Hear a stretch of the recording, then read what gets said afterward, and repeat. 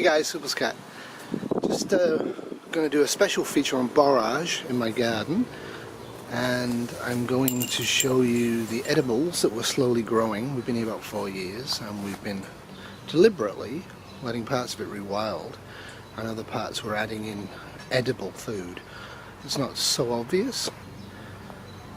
So berry bushes, I think everybody's familiar with these. Important source of calories.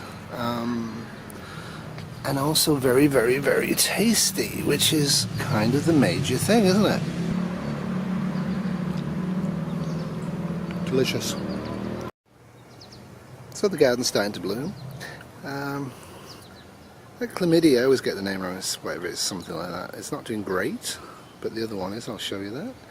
I transplanted a bit of sumac, and it was actually doing great, but then a squirrel dug around it for nuts. But it's not dead, I have hopes for it. That's another one we transplanted. It's doing good. And that's the original bush. Now the original bush I did not cover in the winter. So the insides of it actually died off, and that was a huge error. But it's come back nicely, and I will be very much wrapping it this winter. We have a few lilies. And I'm going to do a special feature on lilies coming up as well, about how to eat them and what to eat. So for giggles this year, we have our own raised boxes, and as you can see, Kitty Cat's box is doing well. Very well indeed. I'm very happy about this. Dad on YouTube's growing corn as well, and his is about 3 to 4 weeks ahead of mine because of the climate. But I've never grown corn successfully, and it actually is doing quite well. I planted 8, and I think I've got 8, so I'm quite happy. Usual stuff. This is the feature this week. This will be a feature on borage. I'm going to actually talk a lot about borage, and just to prove a point, if I can catch it, we'll see you later. Borage is great for bees, and is highly edible, and is a really great plant to put in the garden. It's also a plant that grows very quickly and easily without much care and attention, so that's why it's a good plant for grid down. It's also not readily thought of as actually edible. The main reason for this is there is spikes on the leaves. And we don't tend to eat spiky leaves.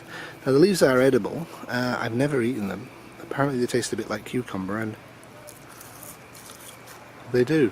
So I'm going to check about the spikes, whether you actually need to cook them first or not. But they are, I believe, edible. The flowers are definitely edible, and I'll be covering that.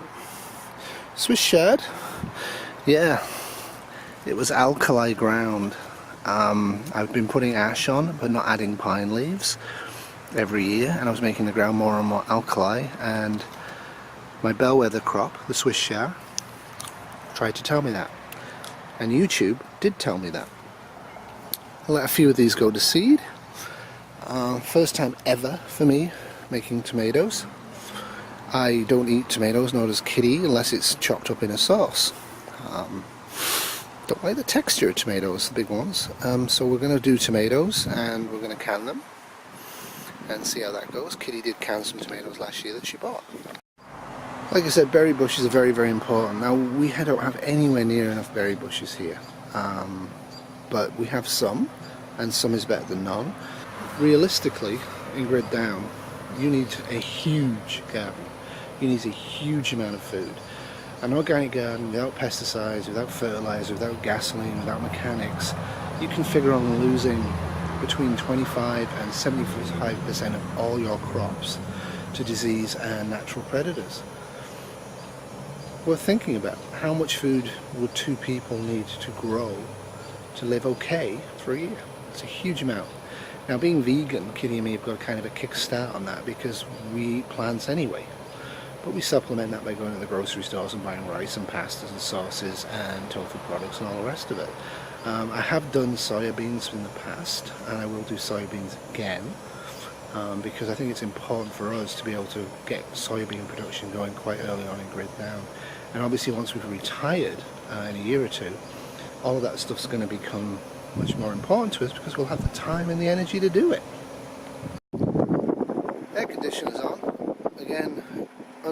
atypically extremely hot. So this is Aramath. Aramath leaves are edible, and they're actually not that bad. I don't think you can eat a huge amount of them, but you can. I am in the fall going to dig up a root, or I might do that in a few weeks, because the roots apparently are edible. I've never eaten them. But these will go to about this high, and then they'll have massive amounts of seeds. And most people would look at this plant, otherwise known as pigweed, Aramath, and think it's inedible and would leave it alone, even in a severe grid down. If you don't have a rhubarb patch, get one. They're cheap, they're easy to do. You don't need to buy rhubarb. Just ask any gardener who's got rhubarb if you can have a few stalks, stick them in the ground and they'll grow. Really hardy plant, really useful plant. Self-seeded squash, self-seeded peas, not doing great. The beans aren't doing great, but they are a mini version, so we'll see how they go. And Kitty actually threw some beets in the ground to see how that would go. This is an untended patch, so that's just kind of our experimental patch. Well, I don't think we'll ever get the full benefit of our pear tree. This pear tree is a genetically modified one. It's got 4 types of pears spliced into it. Now, why did we do that? We did that because it's normal to lose fruit crops. So by having 4 types on the same tree, we're trying to proof that sort of an event.